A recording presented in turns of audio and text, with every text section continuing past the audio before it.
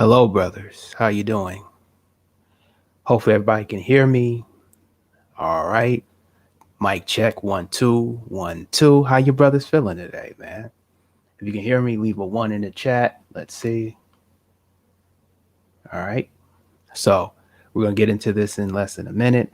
So how you guys doing today? This topic is the pre-holiday drop. I always put a video out on the holidays. Always.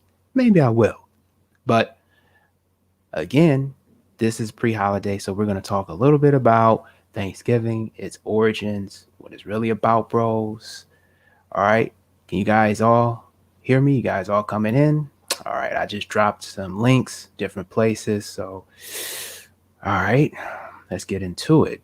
So, first thing we're going to go a biblical aspect. So, you got from Christianity.com Thanksgiving sacrifice. So this is from Christianity.com. So they're actually going to have some heavy biblical text. So God set up a system for the Israelites to show their thankfulness through a specific Thanksgiving sacrifice called a peace offering. Leviticus 7 chapter 11th verse to the 15th. And this is the law of the sacrifice of peace offerings that one may offer to the Lord. If he offers it to Thanksgiving, then he shall offer with the thanksgiving sacrifice unleavened loaves mixed with oil, unleavened wafers smeared with oil, and loaves of fine flour well mixed with oil. With sacrifice of his peace offerings for thanksgiving, he shall bring his offering with loaves of leavened bread. The person who made this type of sacrifice was doubly blessed. First, he had a situation that caused him to want to give thanks to God. And secondly, he was able to celebrate the blessings by sharing a good meal with the priests and others, or rabbinical order, because, from Hebrews. But for the most part, he was able to share this blessing with the preacher. So, from a biblical standpoint, Thanksgiving was more about sacrifice and giving, and it was nothing to do with turkeys and things of that nature. So I want to drop some info for you brothers. Let me get into it. I'll be right back.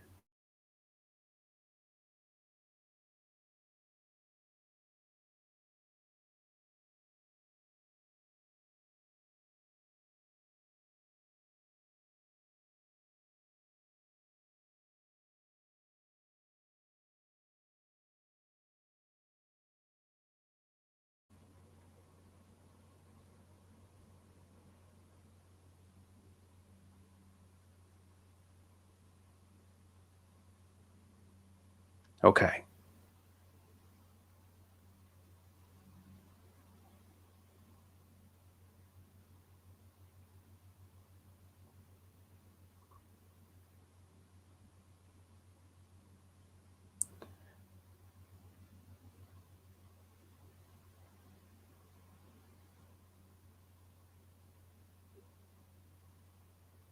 Okay, brothers.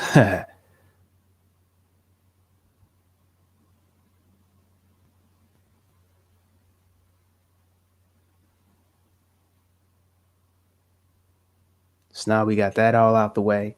So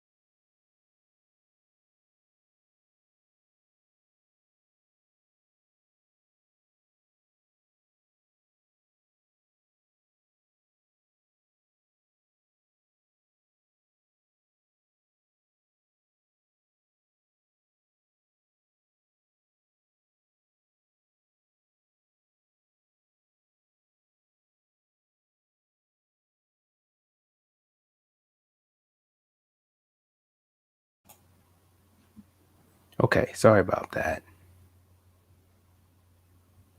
So, Thanksgiving. So, what is Thanksgiving? Well, Thanksgiving has a lot of things connected to it. All right, brothers. So, sorry about that delay. So, Thanksgiving is a holiday which is supposed to be about being thankful, giving thanks, blessings, and all the stuff we have during the year. You eat turkeys, potatoes, albeit they didn't eat turkeys or potatoes, but that's neither here nor that.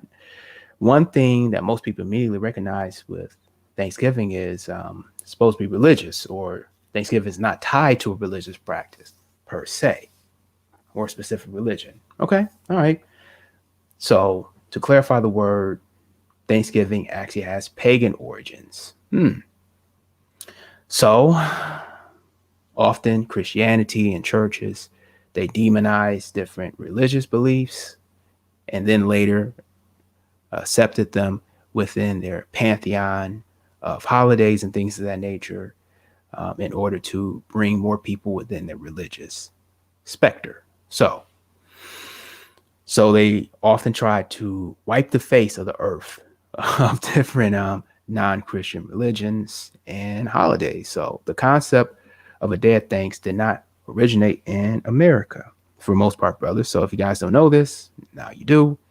You can have it can trace to numerous things. One is Rome, ancient Rome. The Romans celebrated Cerilia in early October. And Cerilia, for you guys that don't know, has numerous symbols. One of the symbols is one of the harvests. It's like a weird harvest shaped cone, looks almost like a horn.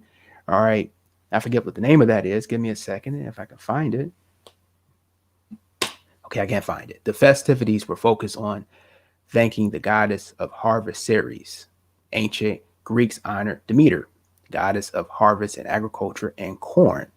Okay. However, I have some issues with Demeter and corn because corn is mostly an American thing. So it's mostly maize, whatever you want to enunciate it. So it was something that many of your ancients or native aboriginal or indigenous, they believed that corn was a gift of the god. Okay. Because it's so bountiful, it's so plentiful, easy to grow. It is what it is. All right. So, I pretty much so don't agree with the meter and corn, but it is what it is. Celtic pagans and Anglo Saxons had huge celebrations. Okay. And Mabon. So LughnasAdh, which were the two of the three harvest festivals of the ancient world. Other civilizations had their own version from the harvest that would be celebrated. Okay. In England, you had an autumn festival called the Harvest Home, Home, that derived from ancient Druidic harvests. All right.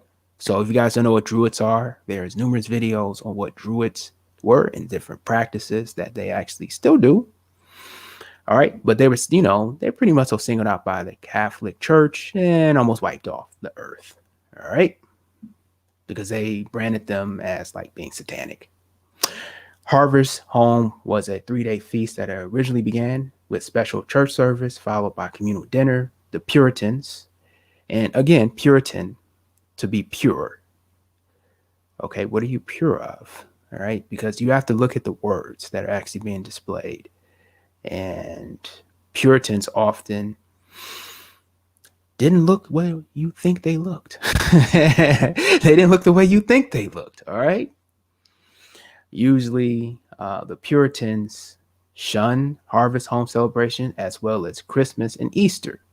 Some of them were actually Sephardic Jews. Some look like just like your people. Some look just like, black people here today. And some were not.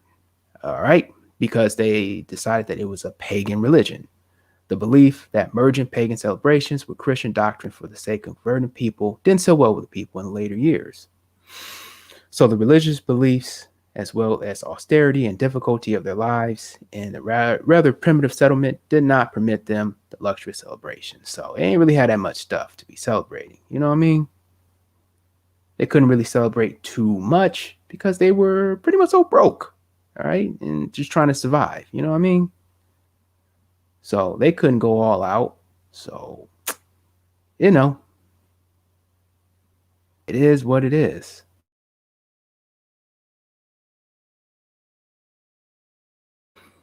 So, you've got the Puritans that really couldn't celebrate like you see nowadays. So, it was what it was. Native American spiritual worship was also considered pagan by the church. It didn't fit into their God doctrine, their one God, because they had numerous gods.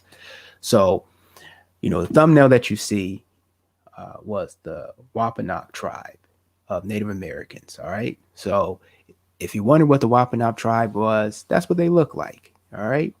And you have numerous people that are part of the Wampanoag tribe, one of which was uh, a very famous man. And let's go and look at some of the images of the Wampanoag tribe. All right. So let's get into it. All right. So here are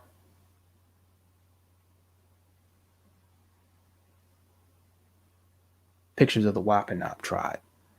Okay. So you have here from NPR. All right. These are the last of the Wampanoags. These are the people that actually greeted. And I'll go into a secondary book of the Wampanoags. All right.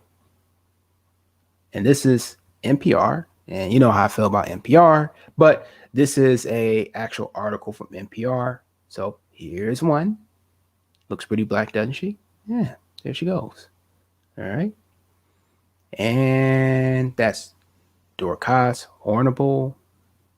Okay. Honorable, known as the Native American woman of the Nantucket who died in 1855. So she was the last of the Wampanoag. Does she look white or Asian? No. There are some that are fair skinned that are actually native indigenous throughout the Americas. And that's Abram Query. All right. And let's look at somebody else. So let's scroll down. So this is the Wampanoags, this is what they look like. Okay. And I have someone that's really important that's part of the Wampanoag tribe that many of you guys have probably seen. All right. Close that. All right. So you've got the chief reigning face, interesting guy. I'm looking for him. I'm looking for him. I'm looking for him. I'm looking for him. There you go. And that is Crispus Attucks. All right. So if you guys don't know, Crispus Attucks was a Wampanoag. That's right. Yep. You guys can go check that image. You also have Chief Rain in the face. All right. You got this brother right here. He's a Wampanoag. So historical image of Wampanoag people. This is actually from a really good book. And the book is called, let's see if I can remember, Let Me Be a Free Man. All right. And I'll be reading from that in a second. So let's go back. There's another image. She's Wampanoag. All right. Well, actually, why should they have a Motalk woman in there? Excuse me. She's Motalk. But here we have another Wampanoag right here. And this is Chief Rain in the Face. Okay. And this is from 1932. Looks like your uncle, doesn't it? Or your cousin. All right. So Ambrose Bell, Chief Rain in the Face, 1932. All right. So these are the people that actually greeted the Sephardic or some of the original Puritans. All right. All right. And that's at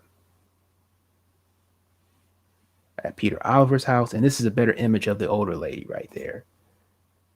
This is a clear image right there. So this is what she looked like. Looked like Flavor Flav's mom, right? Yeah, she looked just like her. And by the way, Flavor Flav is actually he's a Shinnecock Native American, along with LL Cool J. And you got this brother looking fly and dapper. He's a Wampanoag also. All right. There you go. Got some fly threads on. I see you, bro. So this is an article, NPR. You know how I feel about NPR. It is what it is. Let's get him back into it. All right. So Again, I'm not a big fan of NPR. Okay, so the Wampanoags and other Native Indigenous groups, they actually celebrated the spirits. They worshiped them on that day. They gave standing to the precious corn crop. Again, corn is not indigenous to Europe for its life giving nourishment. They also celebrated Keton, the creator. He was, well, obviously similar to the Christian God. Despite the passing of time, the Christian church has not been able to eliminate Thanksgiving. Okay, so much like Halloween, Thanksgiving has a deeper root into the lives of early people than the church could imagine. Symbols of Thanksgiving and their meanings. So cornucopia. You guys wonder what Thanksgiving is? Let's go to this. Cornucopia. Now, what is cornucopia? Well, I'll give you guys an image real quick. Cornucopia is like, let's see if I can pull this image up. Yeah, cornucopia is like, you ever seen those images of like the little harvest thing, and it's like a little weird little, it's like a weird little horn. Remember I talked about it? I forgot what the name of it was, but we're gonna look at it right now. So this is a cornucopia. So it's like a horn shaped thing, you know? So yeah, it's weird. I don't like the way it looks, but it's ancient. So cornucopia is a horn-shaped basket usually filled to the point of overflowing with the bounty of recent harvest. Items such as fresh fruit, dried grains, and other root vegetables were piled to the opening in cornucopia to demonstrate plenty. So the horn of plenty, and that really connects to the horn of other gods that ancient Romans and Greeks worship, which I don't feel like going into right now. Cornucopia dates back to ancient Greece. In the old tale, Amethea the goat broke off the horn and offered it to Zeus as a sign of reverence. In return for his loyalty, Zeus interred the image of the goat in the night sky. An image of now is known as Capricorn. The tale demonstrates an exchange of gratitude and offering, thanks, and giving. Okay. Corn, it's the symbol of Thanksgiving. Native Americans, we call it maize or maize. Maize played an important mythological role in many tribes. Corn is a deity. Okay, remember I told you guys that? In addition, it's a good food source. So it was used as an adornment and spiritual offering. So that's why it's part of Thanksgiving dinner. Turkey wasn't really eaten by the original pilgrims, and I'll go into that in a second. Okay, long before the pilgrims sat down to eat with Native Americans who saved them from starving, turkey was associated with abundance, being thankful, and it's also used like a lot of the feathers were used for ritualistic purposes. So it was actually going to be, turkey was supposed to be the actual bird that was supposed to be the national bird. Instead, they used the eagle. I don't know why they did that. Okay, animal symbolism is it's a powerful medicine. So you have amongst natives, and they really believe in turkey medicine and things, and then certain tribes, not all. All right, and they're prized possession, and they use in ritualistic smudging ceremonies. All right, bros.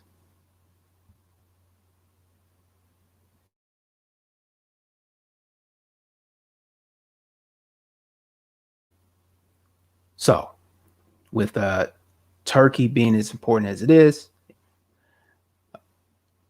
what it is. So in 1863, President Lincoln made it official holiday. However, 1621, there was a 3-day feast by pilgrims to celebrate their survival through the first winter in the New World.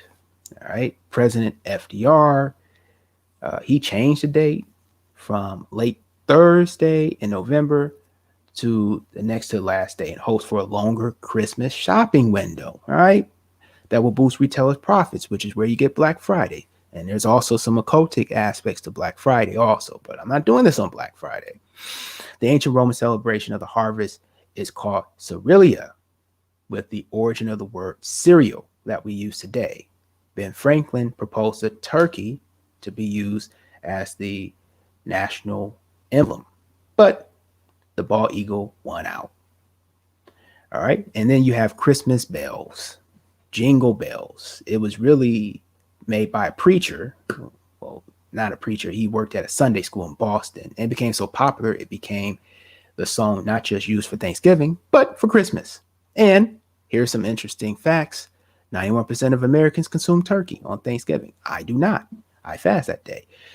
That's why the TV dinner became so popular. They would take the leftovers from turkey and they would actually freeze it and sell it as a Thanksgiving meal. And the first company that did so was Swanson. Swanson. Okay. And there's reasons why Swanson actually got the rights to actually do that. But that's a little bit three-dimensional right there. So they had a surplus of frozen turkey after slow Thanksgiving one year, and a senior executive, he was like, hey, let's put this in a frozen meal. And it debuted at 98 cents. That's why turkey is the most purchased TV dinner on earth, because they had so much of abundance of it. They've sold more turkey meals that are TV dinners than anything else. All right, bros. Okay. That's crazy. That is crazy. I always wondered why they had so much turkey. Little TV dinners, whether it's Swanson, whether it's, whatever the hell it is. They got a lot of turkey. A lot of turkey, bros. A lot. So, the bloody origins of Thanksgiving. Y'all want to get into it? I told y'all I'd do it. I'm not going to hold back. So, bros,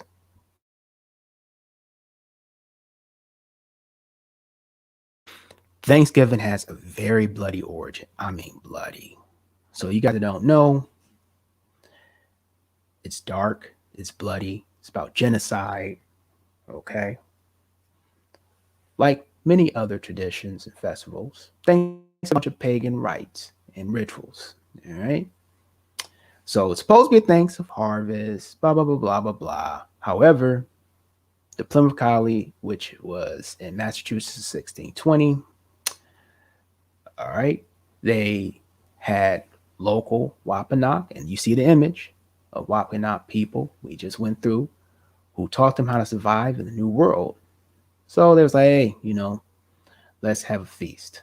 All right, sounds like a good story, right? Yeah. However, that's not what happened. They did take some of the bounty and plentiful harvest, and they sat down, they broke bread. You know what I'm saying? Break bread with your bros. They outside. Okay. You had Spanish settlers who came to the colony, and they actually met the Salor tribe and had friendly feast. All right. So this happened way before the Massachusetts settlement. However, Governor John Winthrop declared the day to give thanks for the fact that more than 700 lives of members of the Pequot tribe, including women and children in Connecticut, were lost at the hands of colonial soldiers. Yes, this man actually celebrated that so many Pequots were actually killed. They celebrated it. All right, that's one aspect. And then you have American history that's been hidden. Native Americans were driven out of their land. Of course, we all know this. Hunted. All right. The Plymouth settlers, rather good relations with the Wampanoag. They then broke contracts. The French did first. All right. And you have several situations where the French broke contracts. Like one, I believe, was Tecumseh here in Michigan. And you have Fort Detroit, where Tecumseh was actually betrayed by the British. They were supposed to come and back him up. He's like, hey, you got my back in the French Indian War. He's like, yeah, we got you. And all of a sudden he went up there in Fort Detroit. As you guys know, Detroit was part of France. France actually owned most of Canada. Canada actually extended all the way out to Michigan, parts of Ohio. Okay, the British betrayed Tecumseh, handshake deal, knock, knock. Hey, how you doing, bro? Hey, what's up? Yeah, they led Tecumseh into slaughter. They just didn't back him up. So he and his whole confederate of native and indigenous brothers, aboriginals, they were just slaughtered. Just slaughtered. Yeah, they got a city named after him in Canada still, which is creepy. When you go across the Ambassador Bridge, you can see it. But neither here nor there. The French they did betray many people along with the British. But the Plymouth colony, they took over the Wampanoag land, straining the local way of life, and they brought in disease. And often the disease that people say is smallpox, I actually have different research, and it suggests that it was actually through corrals. Like you had a lot of Europeans that would come in and they lived in close proximity with animals. So, anthrax, from all you guys that studied biology, whether it be in high school or college, anthrax is a disease that actually could pass from cows, bovine cows, over to humans. Same thing with, I believe it is salmonella. I had a brain fart for a second. Salmonella also passes over, which is one of the main things that killed a lot of the native indigenous. It was just a lot of Europeans were just filthy. They came in, they were living in these clouded areas, these cities filled with filth. Like you have a title called muckracker. All right. Muckracker was a person in parts of Europe, yeah, I believe in Holland and also in England, that would actually just shovel shit because people just throw it out their window. All right. So they decimated the native population. And then you have a very interesting aspect called the King Philip War. So you guys that don't know about that, it's a very interesting aspect of American history, which if I can find the article, I'll find it for you. Let's see if I can find it. But King Philip War was a interesting war.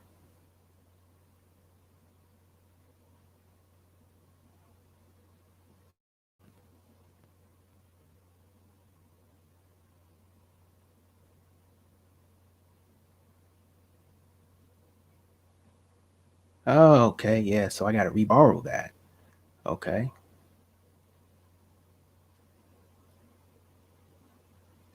So, and this is from Let Me Be Free. Let Me Be a Free Man. So, this is a good drop, and you guys really should read this.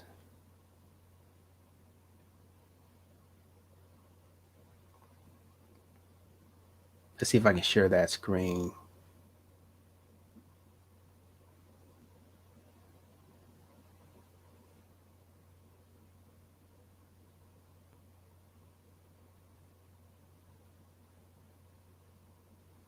All right, so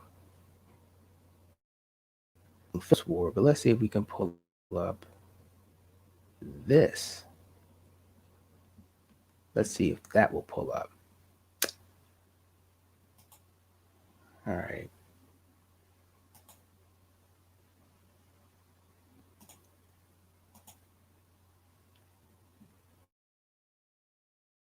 All right, so that's the King Philip War, but we're trying to this screen.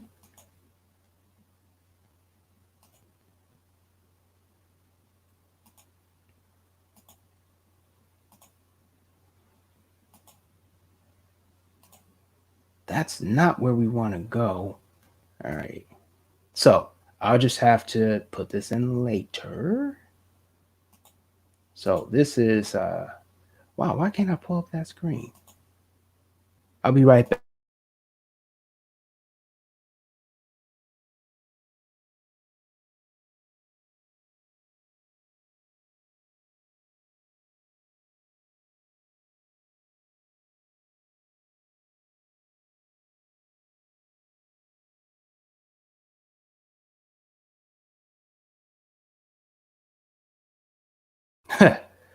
Sorry about that, bros. It was being a little bit of a pain. All right, so King Philips. Who was King Philips? Well, thanks for asking. So King Philip War, and let's enlarge it for you. All right, so can you guys see it? King Philip, all of our ancient customs are disregarded. Elsewhere along the Atlantic coast, the story of much of the same. The Pequot Indians were amongst the strongest of the New England tribes, having won extensive territory by conquering their weaker brothers. The existence of the Pequots was a roadblock preventing the colonists from acquiring territory they crave. What is more, the proud independent Pequots were scorned by British authority. So, in a surprise night attack, an army of Puritan soldiers massacred a large Pequot camp. Okay. The colonists murdered hundreds of men, women, and children and turned the Indian village into a flaming torch.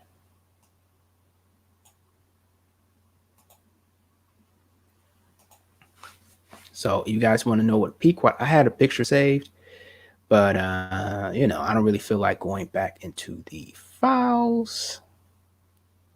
So we'll just do this. But Pequots were so-called black men, by the way.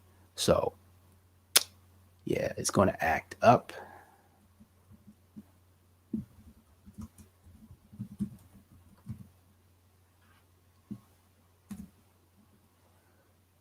All right, we'll come back to that in a second.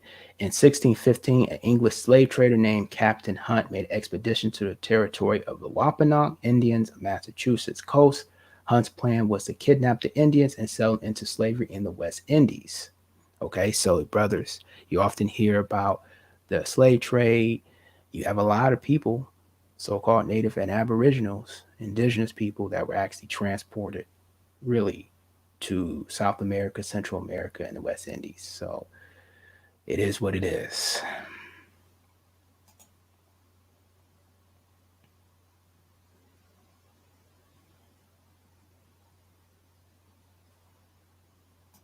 So here's a image of the Pequot massacre.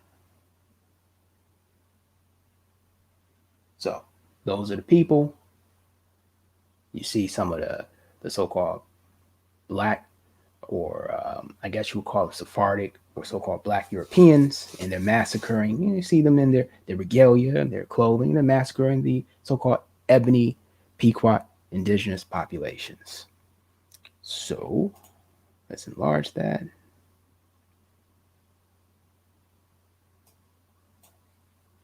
All right. So there you go. That's what the Pequots look like. So they murdered the men, women, and children of the camp. Some of the Hunt's men were inflicted with smallpox. That's true to an extent, but it really was salmonella because they lived in too close proximity to other animals, and disease spread quickly to the Indians, wiping out 2/3 of the Wampanoag tribe. 5 years later, the Pilgrims, Englishmen seeking an end to persecution for their religious belief, arrived in Plymouth, Massachusetts. Okay, we'll just get past that page. Epidemic had taken the lives of Indians. Later, the Pilgrims dedicated their colony to the glory of God and advancement of Christian faith. The Indian chief Massasoit led the small surviving band of Wampanoag tribesmen that greeted the Pilgrims when they arrived at Plymouth Rock. At the first Thanksgiving Day feast, pledged to aid and goodwill to the white men and taught them, and it was so-called black men too in there, many secrets of survival in the wilderness. But he soon came to regret his hospitality. The colony seat, Wampanoag land, jailed Indians found trespassing on their own fields. Much like today, you're still getting arrested and put in jail. Just saying. All Indians are required to pay a tax, which is like a tribute, right?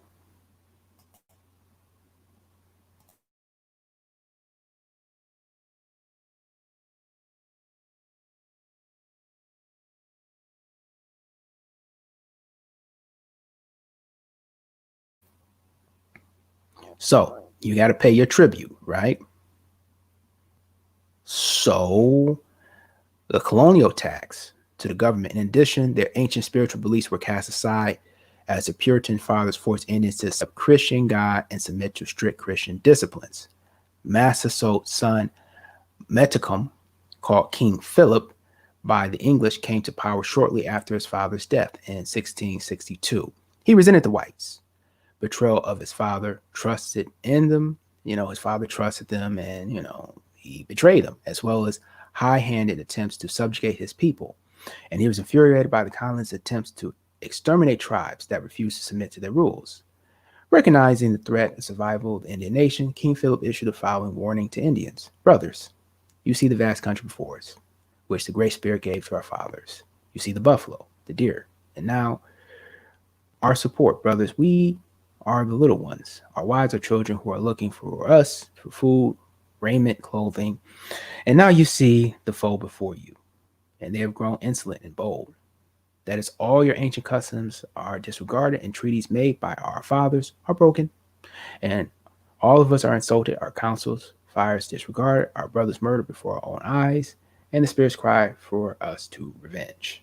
Brothers, these people from the unknown world will cut down your groves and drive us to our children from the graves and our fathers and our council fires and slave our women and children. Yeah, they did. Many of the so-called slaves in America were indigenous, were aboriginal. He was right.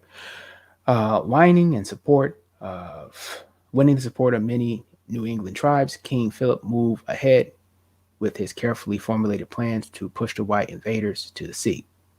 During the first few months of the King Philip's War, which began in 1675, the Indians crippled many of the white settlements, but colonist troops at last defeated King Philip in August of 1676, cutting off his head and impaling it on a pike, inspiring fear in others that would be rebels. In the years that followed, the colonists continued with their efforts to civilize the natives at gunpoint. So it happened that many Indian tribes were erased from the face of the earth. So that's from Let Me Be a Free Man.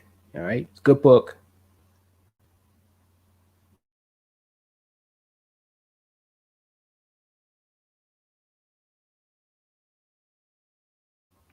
So, Let Me Be a Free Man, which is a very good book. You guys would definitely love it.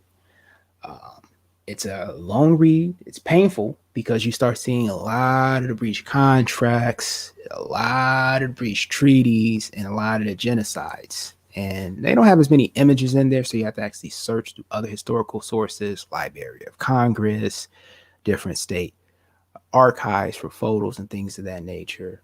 I have a whole bunch. So that is what it is. So where are we going with this? We have a few more articles. One of which is what the pilgrims actually ate. So many go like, what the heck did they eat then? They didn't really eat turkey. So what did they eat? Well, I can explain what they ate in a second, but let's finish this article off. So, at the time of famine, disease, raids grew increasingly common. Abduction, slaughter, raising, and pillaging became everyday affairs. On both sides, casualties were high. But whereas the colonists had the privilege of relocating to more fortified settlements, oftentimes churches were built as fortification. Due to Europe and Europe's history, you had a lot of uprisings of peasants. So they actually start making churches in the center of town with towers that were fortified so they can overlook. And they can often put cannons and riflemen on those towers. They were definitely afraid, I believe, after the French Revolution, of that actually ever happening again. So they actually start making a lot of churches like forts, literally. So fortified settlements. The Wampanoag were simply forced to leave their villages and flee to distant regions. In August 12th, 1676. Okay. So the chief, King Philip, which they called, he was coming home after a failed attempt to recruit allies in New York, most likely your Chinnecocks, your Blackfoots, etc., etc., etc. And he was genocided. Him and his people were actually genocided for the most part. And I believe he was massacred, like we discussed in the book, and they put his head on a stake for like 20 years. So to inspire fear to all the people in that region. All right. And they hung him from a tree. So he was quartered. So he was ripped apart by horses. Then he hung from a tree. And then his head was put on a spike at the entrance of Plymouth. All right. And his wife and 9-year-old son were sold into slavery. Does that sound familiar? All right. So it's not funny, but I'm saying you guys all hear about slavery, but sometimes you're not hearing the right info.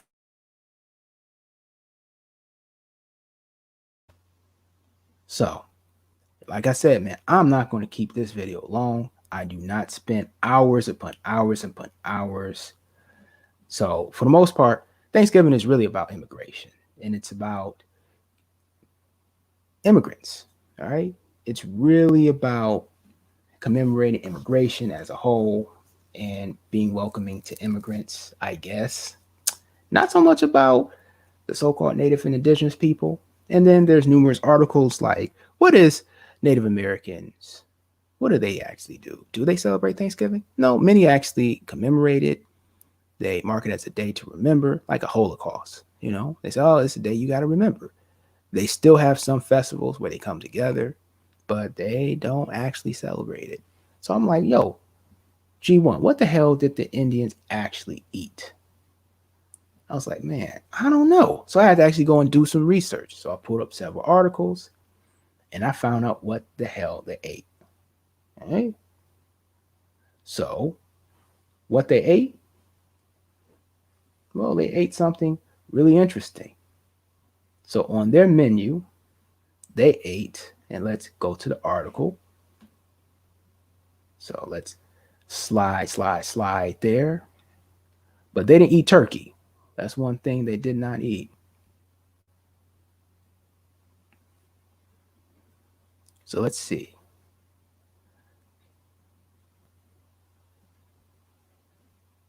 Okay. So what they did eat was on the menu. Wasn't turkey. And they didn't have potatoes because that's more of an Irish thing and they couldn't really grow it too well in the soil in certain regions, specifically in the swamp lands. Potatoes don't do well in swamps because most of the settlements are around the Virginias and around the New England areas, and they were mostly marshy and swampy, kind of hard to grow potatoes. So corn was one of the things on the menu, or maize. All right. And they also had bass, lobster, cod, oyster because they're near the sea, mussels, and assorted clams. Right? So they also had walnuts, chestnuts, all right, along with carrots, squash, peas to recent harvest, and fruits like grapes, melons, and plums, and several English crops, including turnips and cabbage. So they weren't eating any doggone turkey. All right. What they were probably eating, if you're talking about meat, was like roasted duck. So they would go out and hunt duck, shoot it, or hit it with arrows, or trap it. All right. Or geese or wild turkey. They weren't actually eating turkey. More than likely, they were trying to catch it, but they didn't have the resources to actually catch a lot of the turkey. So it was like geese and duck and a lot of fish and seafood. Okay. They couldn't even find wild turkey in some of the parts of America, not in that area. So they were mostly eating geese and corn and plums and melons. And then there's another article of something else that they were eating, which is going to shock you, which I should go to. Should I go there? I don't know. I don't know if I should go there. Okay. One of the other things that they actually did eat was dog. We always say, hey, G1, they had dogs in Americas. So yeah, they had dogs in America. Yeah, they had. Where did they go? Someone say, well, I don't know where they went. But there was ancient dogs in America. They just didn't disappear. What happened to all those dogs? Well, a lot of things happened to them. But you may not be happy to know what happened to them. All right. So I might pull the article up because I don't want to piss people off. But what they did is they saw a lot of dogs like pests that were from the Americas, different breeds that existed. So they would just outright kill them so they can bring in European dogs into the Americas. And they would eat them. Yes. Yes. A lot of European colonists, when they first came over, ate dogs. Yep, it was a practice of a lot of Europeans. They ate dogs. You go, ugh. G1, they ate dogs? Yes, they ate the native dogs. So, you guys want to see that article? All right, you want to see it? I'll share it. Let's go.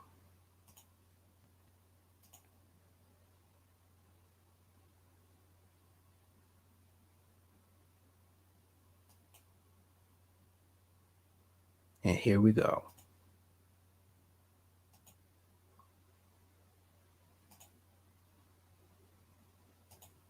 Hopefully, you guys can see it. All right.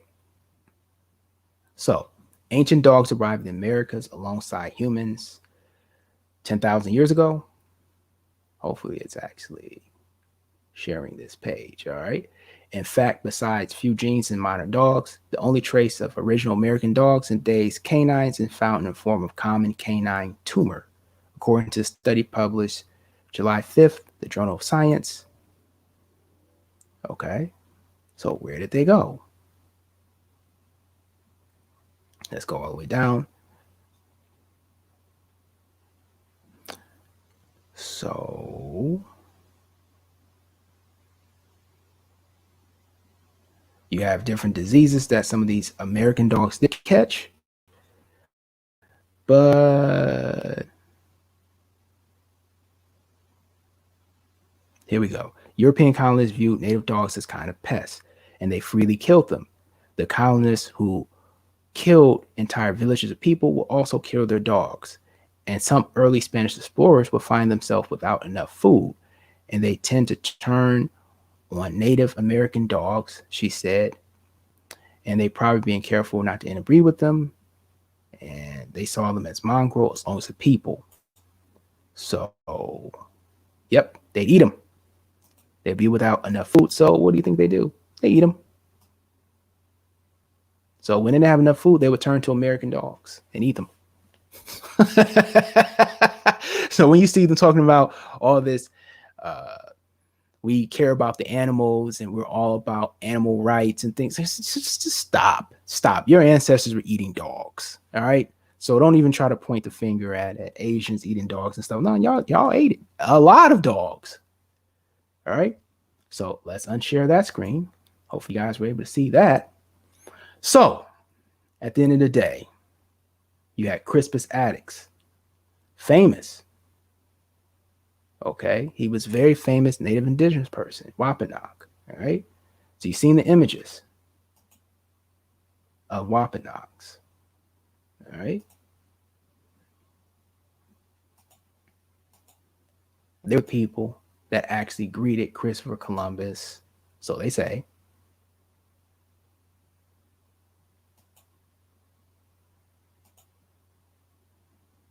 All right. So these are the people that would have been the ones that greeted him. All right. Her. All right. And him. And him. And him. And her. And her. And her. And him. All right. These so-called Negroid Native Indigenous people were greeted. Hey, how you doing? You know, if Christopher Columbus actually was a person of, I don't believe that's his real name, but they greeted the early Americans that came over from Europe. All right. So you had a lot of Europeans that came over and they greeted them. They gave them solace. They gave them food. Got this brother with the top hat right here. Okay. So historical photographs of Wampanoag people. There you go. This brother had a top hat. And he was about the color of Wesley Snipes. All right.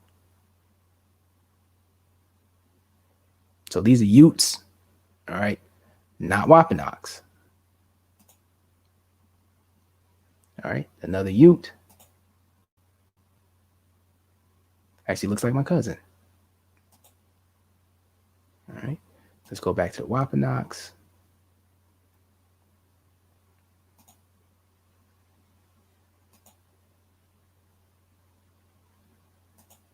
You got this lady right here.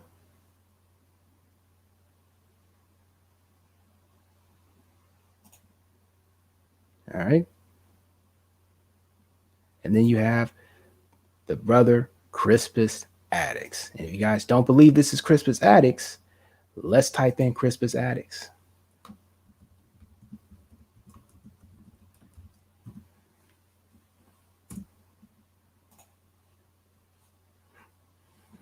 All right, got the afro.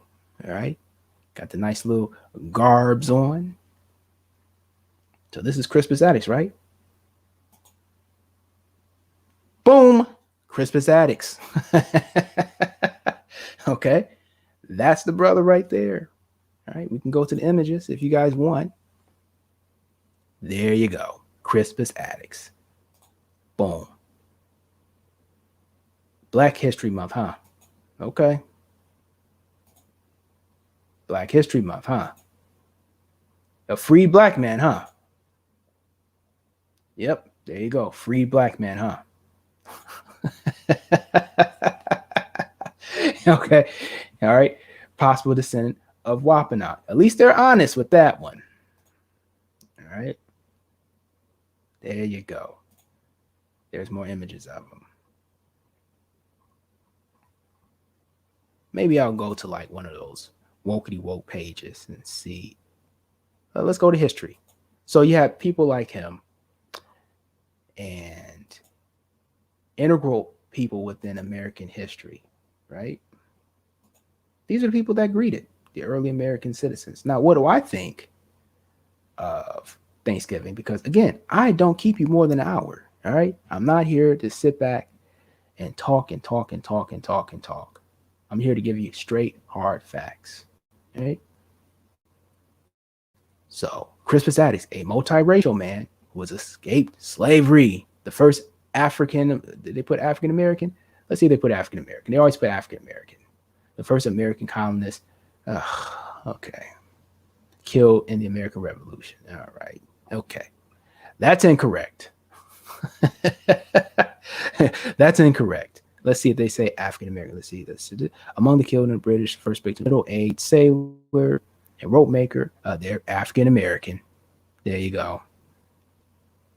Okay. And then you see the Wampanoags, right? You see what they look like. I showed you pictures. All right. Picture after picture after picture after picture after picture. Okay. She's a Wampanoag. She's Wampanoag. Does she look African? Nope. She's Wampanoag. All right.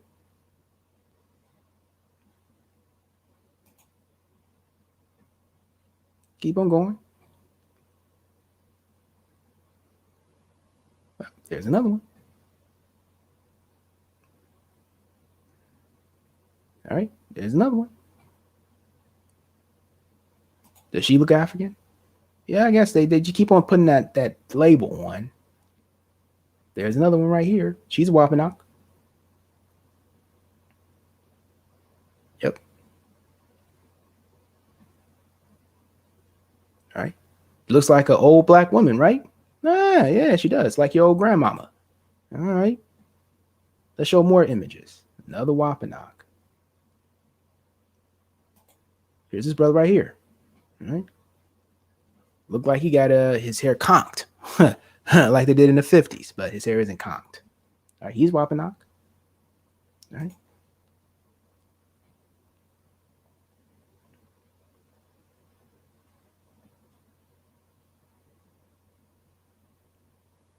Then you got this.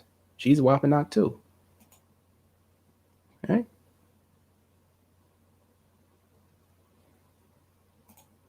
That's from 1940. And we keep on going with these images. I have more images. All right. We got numerous pages. But, you know, Dash, they always want to put that African American title. And when you see that right there, you know they're being intellectually disingenuous. Always. I mean, he's not African American. He's Aboriginal. All right. So this is correct. That's correct. American Indian descent. That is not. Okay. This is true. That is false. All right. So, brothers, don't get fooled with the okey doke. Don't get ook juked. All right. As we say. Don't get ukjuked. It's a term that we use. All right.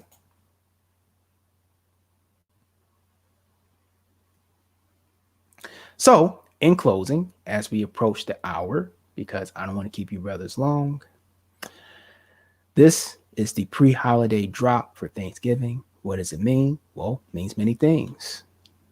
The Christian, it means giving thanks and sacrifice, as we discussed earlier. And Native Indigenous circles, it means many things, as we discussed earlier. Okay.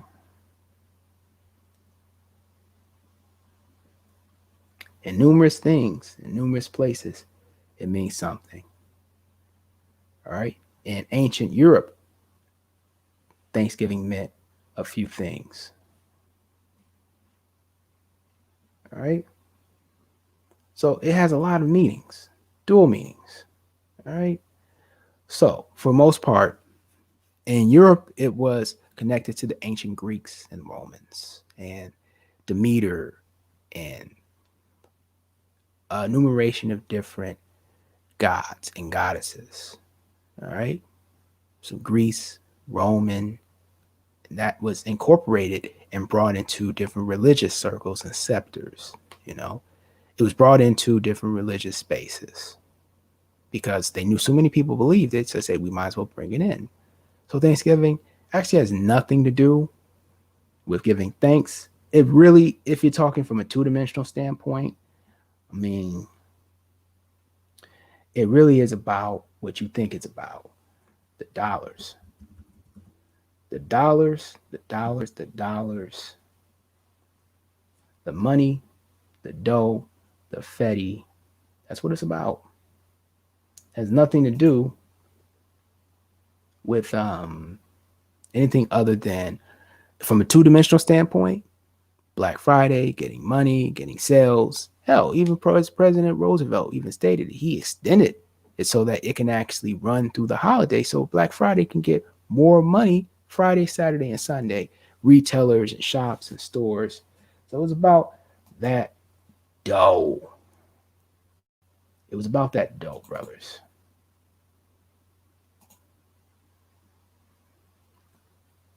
The dollars. Let's see if we can pull that up.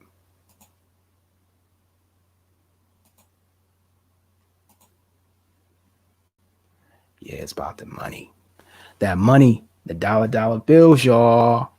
Cash rules everything around me. Cream, shouts out to Wu-Tang Clan. It was about the money. It had nothing to do with anything other than just exploiting a populace, purchase consumer goods. And you have different occult, you have different arcane, you have different things that existed with Thanksgiving. It's not so honorable, but for the most part now, as we hit that hour mark in about 50 seconds, it's about the dough.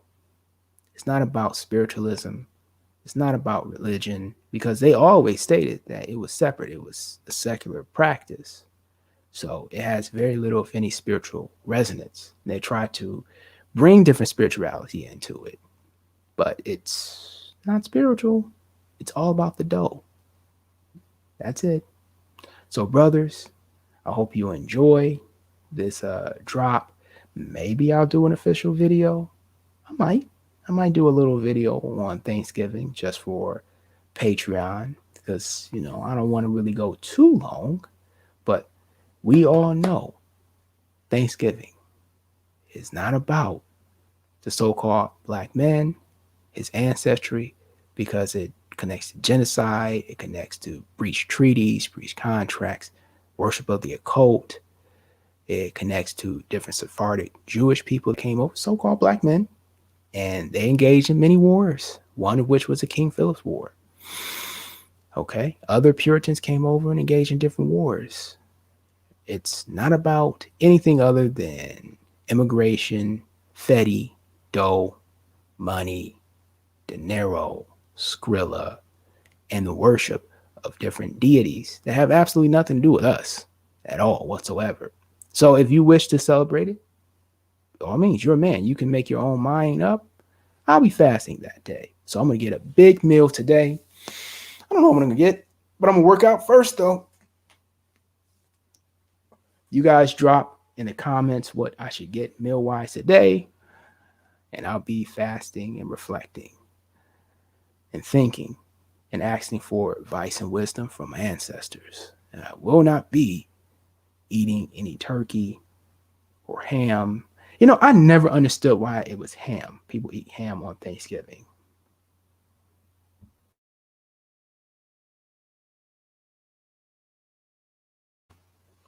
But yes, I do understand why they eat ham from a three-dimensional standpoint because we did the video on ham and Christmas. All right. You guys remember the video I did on Christmas, and we talked about ham and what it connects to, which goes back to ancient Greek, you know, their actual polytheistic gods and their belief system. So we don't want to go back into that. You want to see about ham and why. I don't understand why you eat it for Thanksgiving too. I, eh, you know, because that doesn't connect. But I understand why you do it for Christmas, and you guys want to know about that. You actually have to go and watch that video, which is not on the tube. All right. You can look for it on the tube, but it ain't there. I don't think it's there. All right. It's far from the tube. All right. That video will be taken down efficiently and quickly. So please don't look for that video on the tube because it ain't there. All right. So, but yes, I understand why they eat ham, but I never got it for Thanksgiving. But bros, enjoy yourself, enjoy your family. Don't eat too much of the turkey because of tryptophan. Please don't eat all that mac and cheese, you know, because that stuff weighs you down. And the best advice I can give you is get your workout in today. I'm about to hit my workout up, you know, get a good little run in, get a good little workout in, and drop down in the comment section what I should actually get today. What would you suggest? What type of food should I actually grab so I can get a good little meal today and then relax, reflect, or as they would say on Different World, when I was a child, little kid watching that show, relax, relate, release. So, bros, got love for y'all. Keep your heads up. Enjoy your family. All right. Don't do what the ancient Americans did and eat dogs like they used to. Yeah, they did. Don't let them ever lie to you about that. Yes. Why do you think there's no original American breeds running around right now? They don't exist like that. Yeah, they brought their own dogs and animals in. All right. So walk your little dog. All right. Your European dogs. Because they wiped away most of the dogs along with the women and children in different villages. They were savage. You know, they should have savage on their t-shirts on this day and rock Savage Fenty because they're savage. All right.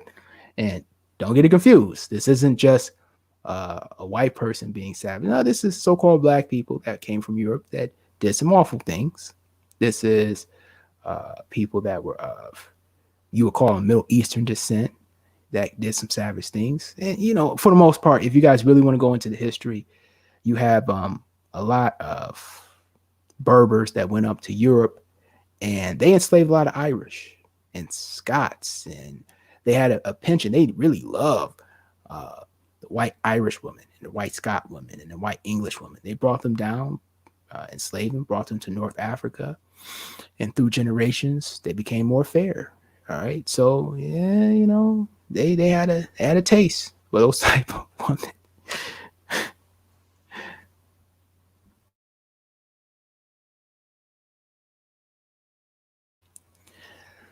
All right, so and then they continued on during Moorish rulership, along with other so-called black men that were Moors that actually still had a taste for those type of women. Okay, your Finnish, your woman from Denmark, yeah, they took all of them.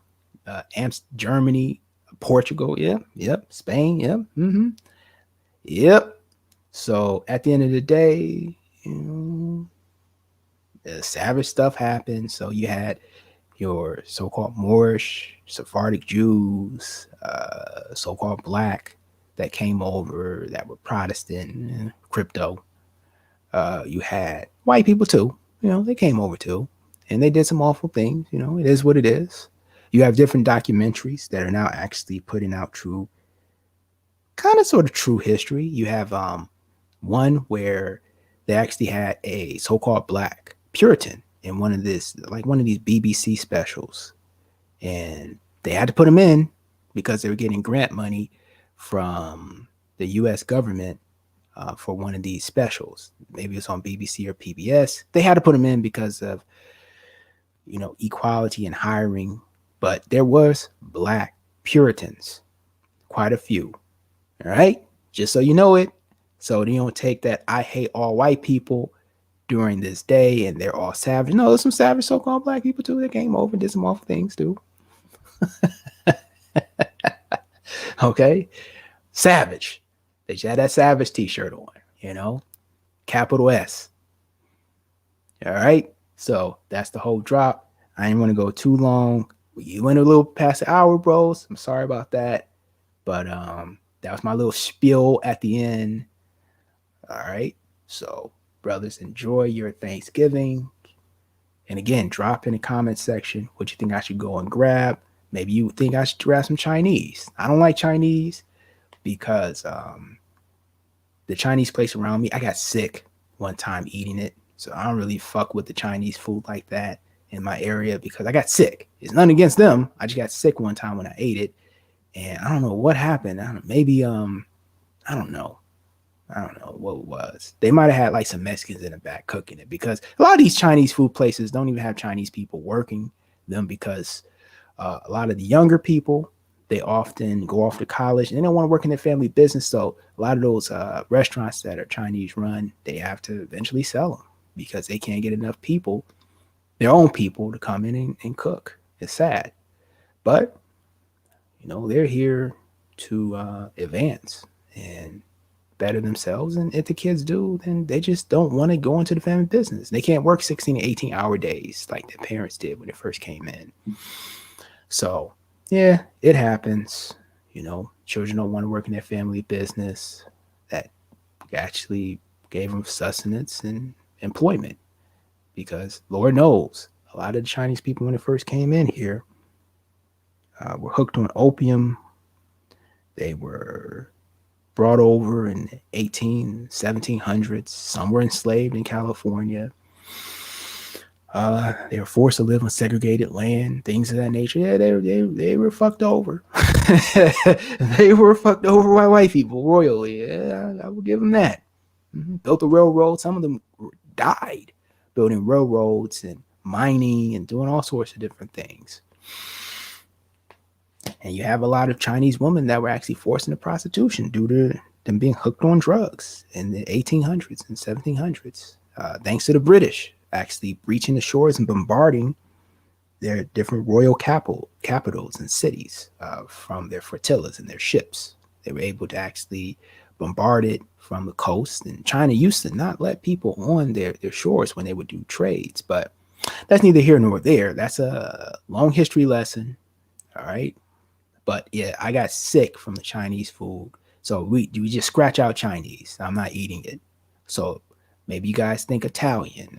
Maybe you guys think, I don't know about Mexican, because every time I ate Mexican food, I got to go down to like Detroit because in the suburbs, yeah, I don't know. They be having some white people cooking the Mexican food. And it'd be awful.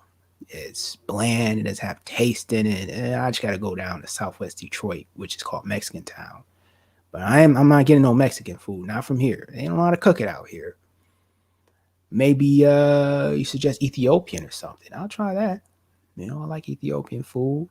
Or Mediterranean. They got a lot of vegetables and spices in it.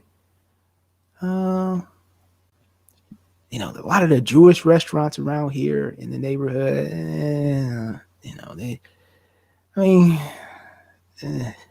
some of the food is okay, but sometimes they don't put a lot of spices in their stuff, unfortunately, because they just don't. I don't like gefilte fish. What is it? Gefilte fish or gefilte, whatever it is. I don't like that. I really don't like that. All right. They got some dishes like that just kind of bland, man. They need to, add some spices in that joint, man. Come on now. So I'm pretty much ruling out Chinese and I'm ruling out the Mexican food because got a lot of white people cooking the Mexican food. What are they doing? It's like soulless. It's like, what are you doing? Why are you? That's a tortilla. That's a nacho. What are you doing? What is this? So maybe you guys suggest like some soul food, the soul food places. I go to soul food. You know, uh, so here's the suggestion. You guys think I should get soul food? You guys think I should get Ethiopian food? Jewish food, or let me think what else is over. You have like Eastern European, but often the Eastern European foods that they have, they're too heavy and they put too much salt and they also put far too much cheese in their dishes and dairy-based products, and I can't eat that. So I don't know why Eastern Europeans do that, but those would be these or wings. I can always get wings. Don't suggest pizza because I can't eat pizza. I don't eat pizza. I don't suggest pizza, or please don't suggest like Popeyes or KFC because Popeyes, I just can't take the workers. Shoot, my mouth right now is drier than Popeyes biscuits, and we all know how dry them doggone biscuits be. You can literally use Popeyes biscuits to actually do work removing paint chips from cars. That's how dry them doggone biscuits are. Just rub it. You can even have sandpaper, take a Popeyes biscuit and use that for sandpaper to rub off some of that paint chips. All right. Literally, that's how dry it is. It's dry. It's drier than a 40-year-old woman that actually was thotting out in the streets for decades since she was a teen. It's dry. I mean, it's dry. There's no moisture there whatsoever. It's super dry. All right. So please, brothers, don't suggest Popeyes. The crew and workers there, they take forever. Okay. You will not get great customer service at Popeye. It ain't Chick-fil-A. All right. So no fast food places, please. I can't deal with the workers at fast food places, man. What did you order? What do you mean? What type of customer service is this? What do you mean? What did I order? What you order? You order that? All right, pull around. What type of service is this? So, bros, put in suggestion what you think I should get because I'm about to go work out real quickly. I want to grab something to eat. I don't want to deal with Popeye workers. I don't want to go to the grocery store and deal with the rude woman at work in the deli section of the grocery store. No. Oh, no. No. What you want to get? What's your side going to be? What do you mean? What am I side? What type of service is this? Oh, no. Did you pull a ticket? There's no tickets left. What are you talking about? There's a ticket in there. You go to the ticket part in the deli section. Ain't no ticket in there. All right. So you're sitting there and they will literally avoid eye contact and will not serve you. That's why you got to go elsewhere. Don't get port. Remember the video I dropped on poor customer service. All right. Please, brothers, don't suggest Popeyes. Please don't suggest, KFC or anything like that. No fast food places because it takes too long and you get rude customer service, except for Chick-fil-A. But I haven't eaten Chick-fil-A since college. So please don't suggest Papa John's or any pizza places. Please. All right. I don't want to have to see any type of emails being posted about Papa John's. And plus their dough, their crust is so dry. It's almost at the level of Popeye's biscuits. Their dough is super dry. I mean, if you're eating the dough or the crust of Papa John's, you're a better man than me. Shoot. I don't know how you do it. I couldn't do it. There's no way you can catch me eating the dough of Popeye's chicken. All right. Well, I like the crust of Papa. I'm talking about the dough or the crust of Papa John's. That is awful. All right, bros. 15 minutes over. Sorry about that. Went on my little spill. But that's what Thanksgiving is about. It's about the dough. It's about the fetty. All right. Now it's time to get this workout in. All right. Peace, bros. I'm out. Keep your heads up.